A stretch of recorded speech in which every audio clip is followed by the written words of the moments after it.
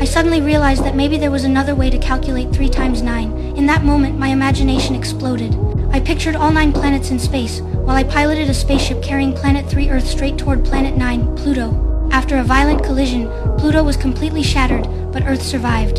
So I proudly came to the conclusion that 3 times 9 equals 3. But right after I finished the first question, the exam ended. The teacher immediately collected my paper, yet I still looked completely confident. The top student sitting behind me asked how I did, and I smugly replied that the test was way too easy. For me, this was just normal. Things got even crazier during reading class. I told the teacher that all the letters in the textbook were dancing. The whole class instantly burst into laughter. Holding back her anger, the teacher told me to read those dancing letters out loud. So I did. After hearing me read, she looked shocked and threw me out of the classroom the next second. Even before leaving, I purposely made weird gestures at my classmates. Even when I was punished, I never behaved. In everyone's eyes, I was just a bad kid, but nobody knew I wasn't lying. To me, the letters really did dance. Numbers also turned into strange objects in my head. The reason for all of this was that I suffered from severe dyslexia. It made even the simplest things impossible for me to learn. At the same time, though, I had an incredible talent for drawing, but nobody ever understood how I felt. My dad only knew how to yell at me, and sometimes he even hit me. I thought my life would always stay this way, but I had no idea that soon I would meet the person who would completely change my life.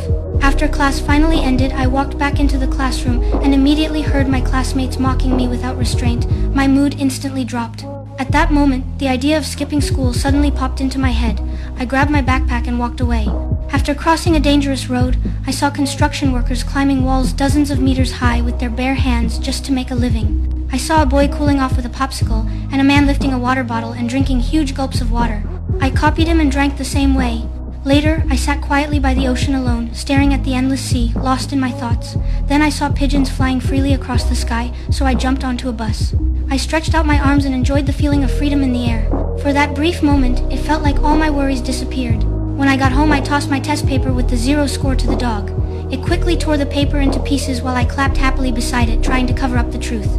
Mom asked where my test paper went, and I nervously blew bubbles, hoping to fool her. Hearing my brother proudly talk about being top of every class, I rolled my eyes in disgust. Then, while Mom wasn't paying attention, I secretly slipped out again. That night, I drew all the happiness I experienced that day.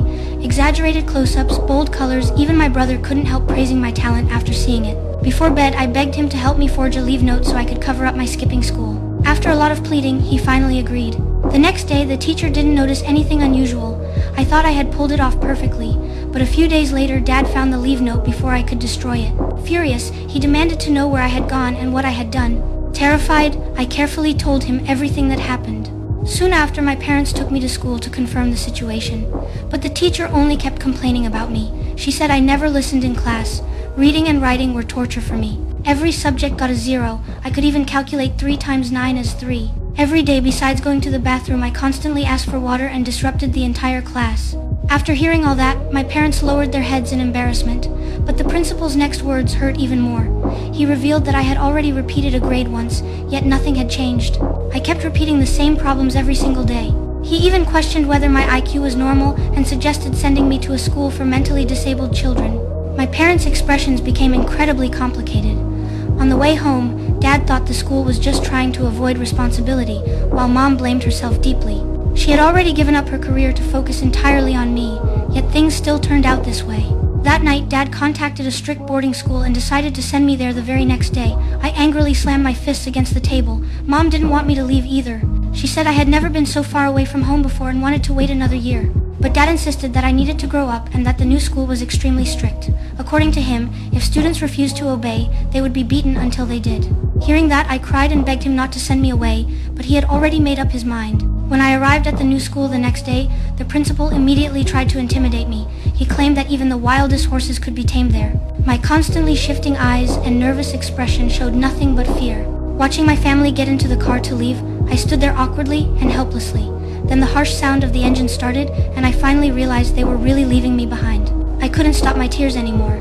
After arriving at the dormitory, everyone else changed clothes while I sat alone on the bed in silence. Once the lights went out, overwhelming sadness instantly crashed over me. I ran into the bathroom, held my head, and completely broke down crying. But what else could I do? I wiped away my tears, washed my face, then forced myself back into bed and pretended to sleep.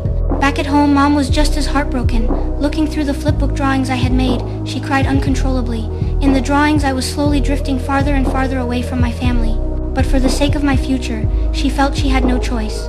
The next day, everyone thought the new school environment would finally change me, but instead, the massive academic pressure completely shut me down. In language class, right after assigning seats, the teacher aggressively demanded that I explain the meaning of the text just because my answer wasn't identical to the textbook. The teacher and classmates laughed at me together. In art class, I only glanced out the window once, and the teacher violently smacked my palm. During PE, I couldn't keep up with the others, so I was dragged aside and punished again. I thought maybe the English teacher would be gentler, but what waited for me was the same aggressive scolding. Because of my severe dyslexia, the letters on the blackboard kept moving and dancing in my eyes. I became more and more overwhelmed. I couldn't understand why everyone treated me this way. In anger, I dumped all my books into the trash can and threw my backpack across the room. Maybe my imagination was just too powerful. Those letters suddenly transformed into spiders, crawling toward me from every direction.